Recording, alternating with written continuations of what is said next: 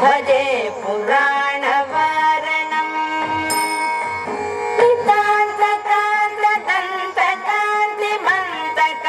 नितान्तकान्तदन्तकान्तिमन्तकान्तकात्मजम् अचिन्त्यरूपमन्तलीलमन्तराय कृन्तरम् नितान्तकान्तदन्तकान्तिमन्तकान्तकात्मजम् अचिन्त्यरूपमन्तलीलमन्तराय कृन्तरम् कृतन्तरे निरन्तरम् वसन्तमेव योगिनां तमेकदन्तमेव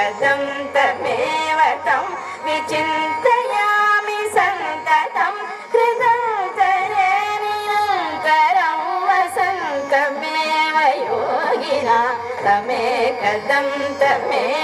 तं विचिन्तयामि